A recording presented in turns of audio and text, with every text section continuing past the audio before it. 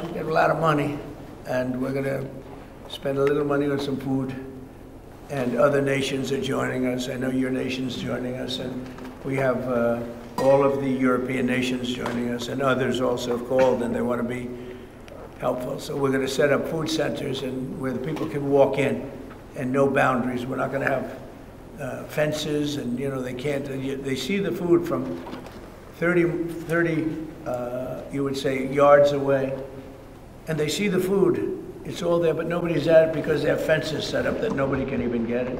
It's crazy what's going on over there. So we're going to work very closely together with your country, a great country.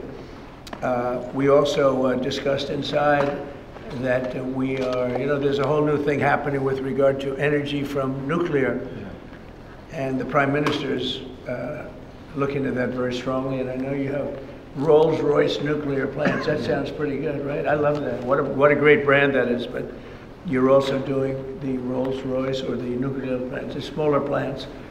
We're doing smaller and bigger, but the small is interesting. They do a small plant, very easy, very safe, and as they need more, they hook up another plant, and they have a series of plants instead of, doing the $20 billion plant. That gets tough for a lot of people to do. So we're just studying that, and it sounds like you're very far progressed, but that's a great thing you're doing on nuclear. We opened up nuclear about 2 months ago, and it's now safe and very inexpensive.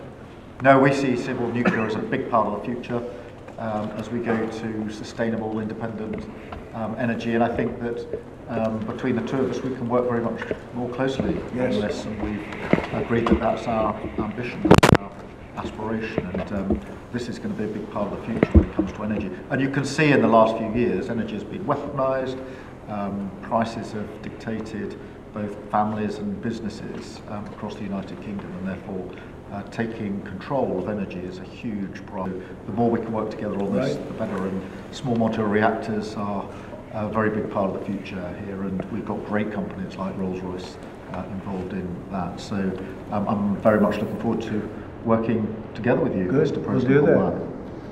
We'll do that. We're going up to your oil capital in a little while. We're going up to Aberdeen. That's called the oil capital of Europe, and that's a great asset that you have up there. Someday, if they ever change their thinking on that, you have a great and valuable asset. There's a lot of valuable resources underground there, but that's a decision for you to make. But it's a very amazing place, and it is considered the oil capital of Europe. So it's another option that you have. So we are doing really well as a country, and I think that the Prime Minister he's been so supportive of us, and so strong and so respected, and I respect him much more today than I did before, because I just met his wife and family. He's got a perfect wife and family, and that's never easy to achieve, right? But I take no credit for that. But he's become a friend, and together we got a deal done that has not been able to be done. It was a deal that's very good for both parties. A really good deal for both of our countries, and very, very well received here in the United Kingdom. So thank you very much for having us. Thank you. Appreciate it. Mr. President, I just want to follow up on Russia. Earlier you said that you were going to change the deadline from 50 days. So what is your new deadline? What can we expect? I'm going to make a new deadline of about 10 or 12 days from today. There's no reason in waiting. There's no reason in waiting. It's 50 days. I want to be generous, but we just don't see any progress being made. Mr. President, on Gaza, you just talked about setting up food centres in conjunction with other organisations. Right. You're talking about the Gaza Humanitarian Foundation or recognised aid agencies. How will this work? Well, it's going to be working with the United States. We'll be helping with the food. We have a lot of access to food. We got a lot of food ourselves, and we're going to bring it up. Make sure that they don't have barriers stopping people. You've seen the areas where they actually have food, and the people are screaming for the food, and they're 35, 40 yards away, and they won't let them because they have lines that are set up. And whether they're set up by Hamas or whoever, but they're very strict lines, so we have to get rid of those lines. But we're going to be getting some good, strong food. We can save a lot of people. I mean, some of those kids that's real starvation stuff. I see it, and you can't fake that. So we're going to be even more involved. We did some airlifts before, some airdrops, and the people are running for it. And the Prime Minister is going to help us. They're very effective with that. You've done that before, and for many, they've done that for 100 years very well. So it's not very hard to do, actually. Mr. President, you say you love Scotland. You're the most Scottish president ever in the White House. Is there a better deal to be done for Scotland, for Scottish industry, in the deal that you've done with the Prime Minister? Whisky, for example. Well, I have great love for Scotland. You know, my mother loved Scotland, and she loved the Queen. I don't know, I might hurt myself by saying that the monarchists are going to like it. Some other people, but she loved the Queen. Whenever the Queen was on television, she wanted to watch. And she would come back religiously. She'd come back to Scotland once a year with my sister Marion, primarily, and sometimes my sister Elizabeth also. But they love this part of the world. And, you know, we're talking about the Isle of Lewis. We're talking about serious Scotland. That's serious Scotland. There was no doubt about it. So, yeah, it gives me a feeling, you know, it's different. You go to another country, you have no relationship to it. You get to like maybe the head of the country or something. But it's different when your mother was born here, Stornoway, right in Stornoway, a beautiful little place. So is there a better deal to be done? Is there a better deal to be done for Scotland, for whisky, for example? Because of your love of Scotland, is there a better trade deal to be done for Scottish businesses like whisky? Well, I assume when we do our trade deal overall, a lot of it comes to Scotland, I hope. Maybe all of it should go to Scotland. It's a very good deal for the whole United Kingdom. We've already achieved great things out of the deal, and we'll achieve even more as we work together. A lot of it is going to Scotland. I mean, I do know that, but I mean, we're dealing with the UK. But a lot of it comes to Scotland. And, you know, I was very particular. This is a part of the world I want to see thrive. It's going to thrive. Mr. President, back to Gaza. You talk about Hamas stealing food and stealing aid. What responsibility does Israel have for limiting aid to the region? And if I could ask a follow-up to the Prime Minister, what pressure can be put on Israel, and is that something that you and the United States could work on together? Israel has a lot of responsibility. They're hampered by the fact that you still have 20 hostages or so. And the people of Israel are very concerned about the 20 hostages. It's very interesting.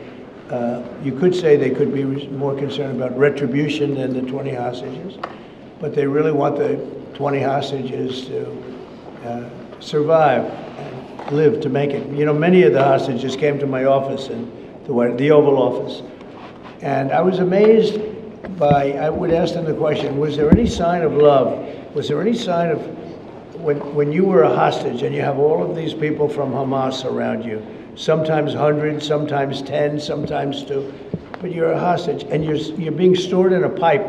It's not even really, you know, a cave, or it's a pipe, a little pipe. And some said they didn't think they were going to make it because they were losing air, there wasn't enough air, and they'd open up the pipe just in time, but they didn't do it on purpose. They just happened to open it. They got lucky. But I said, did they ever wink at you and say, like, don't worry, you're going to be okay? Did they ever give you some extra food, even if it was a piece of bread? Did they ever give you anything during that time? And some were there for 400 or 500 days now, right? That's a long time, a year and a half, more than that. And not one person said there was any love from anybody. You know, in other words, you have hundreds of people. And you see it in the movies where somebody's a prisoner, somebody's helping. You even see it with Germany, where people would be let into a house and live in an attic in secret. You know, you see signs of stuff. I said, did you see anything like, did they wink at you? Did they say, don't worry, you're going to be okay? I ask that question all the time. I've never received one answer that said, yeah, they really wanted to help. No, the hatred is just incredible. But, sir, on the access to food issue, what more can Israel do? And again, to the Prime Minister as well. Well, I think Israel can do a lot. I will say that Iran, I think, interjected themselves in this last negotiation. Can you imagine the beating they took? We wiped out their nuclear possibilities. They can start again. If they do, we'll wipe it out faster than you can wave your finger at it. We'll have to do that. We will do that gladly, openly and gladly. They've been saying, Iran's been sending out bad signals, I'll tell you. For a country that just got wiped out, they've been sending very bad signals, very nasty signals. And they shouldn't be doing that. They shouldn't be doing that. They were talking about things that they shouldn't be talking about. They were interviewed on a recent show, and the foreign minister saying things that he shouldn't be talking about, shouldn't be saying. And I think they got involved in this negotiation, telling Hamas and giving Hamas signals and orders, and that's not good. That's not Prime good. Minister, I would say that we need to get the hostages out. They've been held for a very, very long time, and we must always start from there.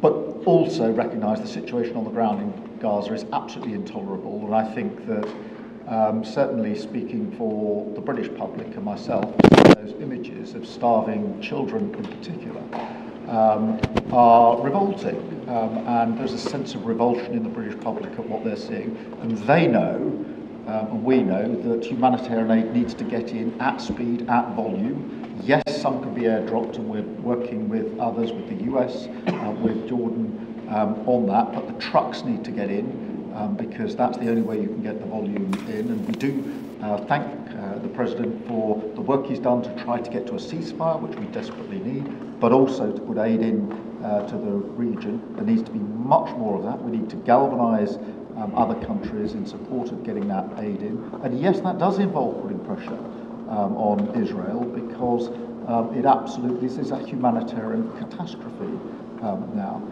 We also need to look beyond that situation to what then happens in the event of a ceasefire, which is desperately needed.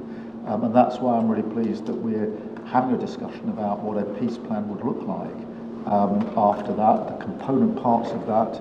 And we have to be really clear at this point that Hamas can play absolutely no part in any future governance in Palestine, and and in Gaza. And it's really important that we're clear about what triggered this, who took the hostages, and